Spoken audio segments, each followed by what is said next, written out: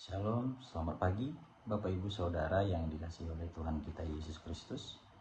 Kita bertemu kembali dalam persekutuan doa fajar Gereja Baptis Indonesia Depok.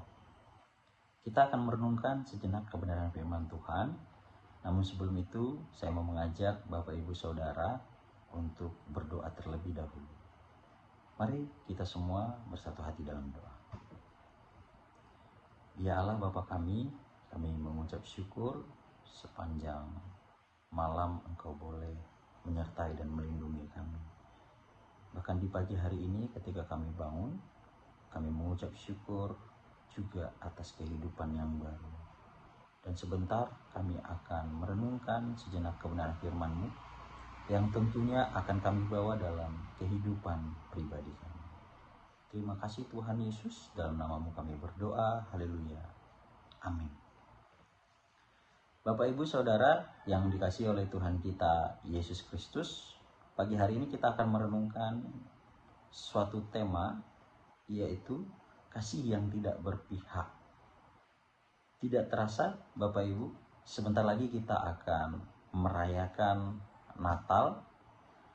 Dan Natal itu bukan hanya momen untuk merayakan kelahiran Sang Juru Selamat, tetapi momen ini juga merupakan suatu hal penting untuk memeriksa kembali bagaimana cara kita mengasihi. Nah, Bapak Ibu, terkadang kita cenderung tanpa sadar kita cenderung mengasihi dengan memilih-milih. Manusia itu cenderung ramah hanya kepada orang yang kaya, hangat hanya kepada orang yang dia anggap dekat, dan tidak menganggap orang yang mungkin menurut dia tidak penting, atau mengabaikan orang-orang yang seperti itu. Dan di pagi hari ini kita akan coba merenungkan suatu kebenaran firman Tuhan yang diambil dari Yakobus pasal 2 ayat yang pertama. Saya akan membacakannya untuk kita semua. Beginilah firman Tuhan. Saudara-saudaraku, sebagai orang yang beriman kepada Yesus Kristus, Tuhan kita yang mulia, janganlah iman itu kamu amalkan dengan memandang muka. Demikian pembacaan firman Tuhannya. Kita akan belajar hal yang penting di dalam nats ini. Memang tidak ada penekanan atau pembicaraan tentang kasih di dalam nats ini.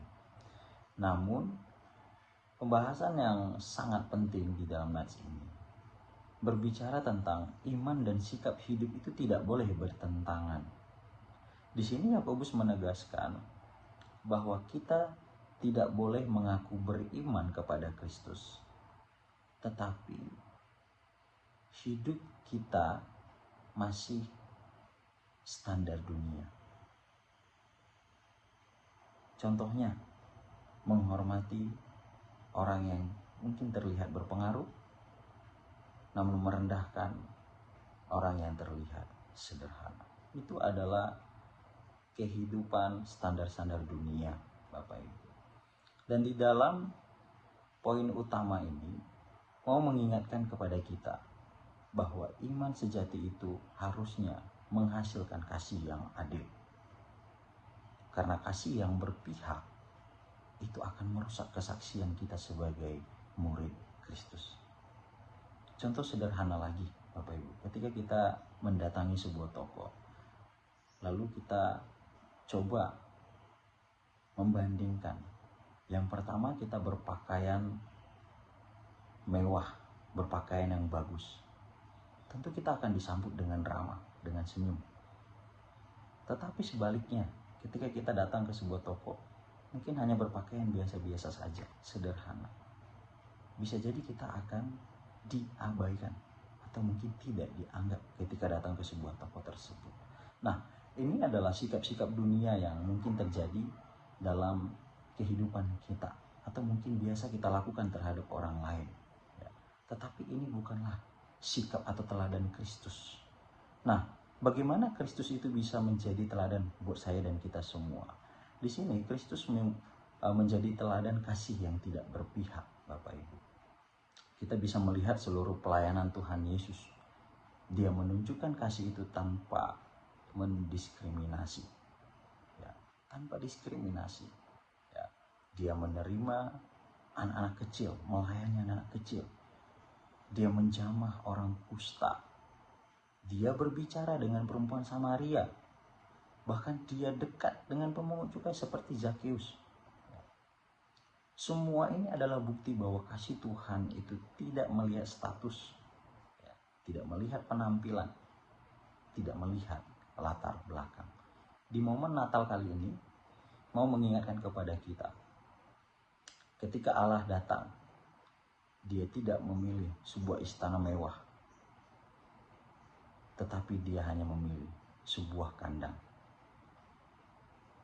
Bagaimana Bapak Ibu cara kita untuk mengasihi tidak berpihak tadi? Yang pertama adalah melayani dari hati.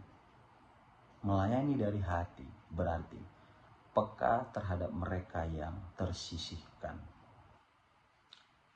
Menolong dengan ketulusan, bukan saja sebuah formalitas.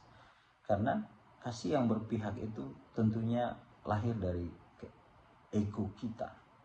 Kasih yang tidak berpihak itu justru lahir dari sikap teladan Kristus.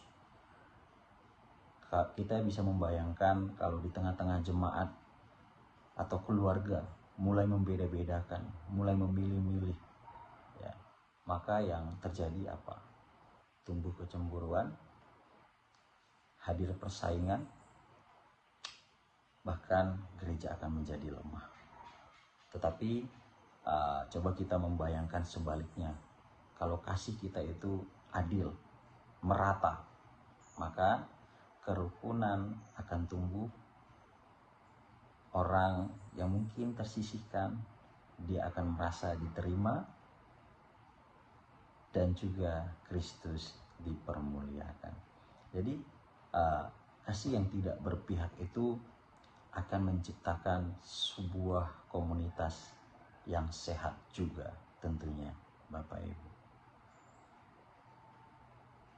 Dan di akhir, sebagai penutup kita, kasih yang menunjukkan Kristus adalah kasih tanpa berpihak, bukan sekedar sikap baik saja, tetapi itu adalah buah dari kehidupan beriman kita.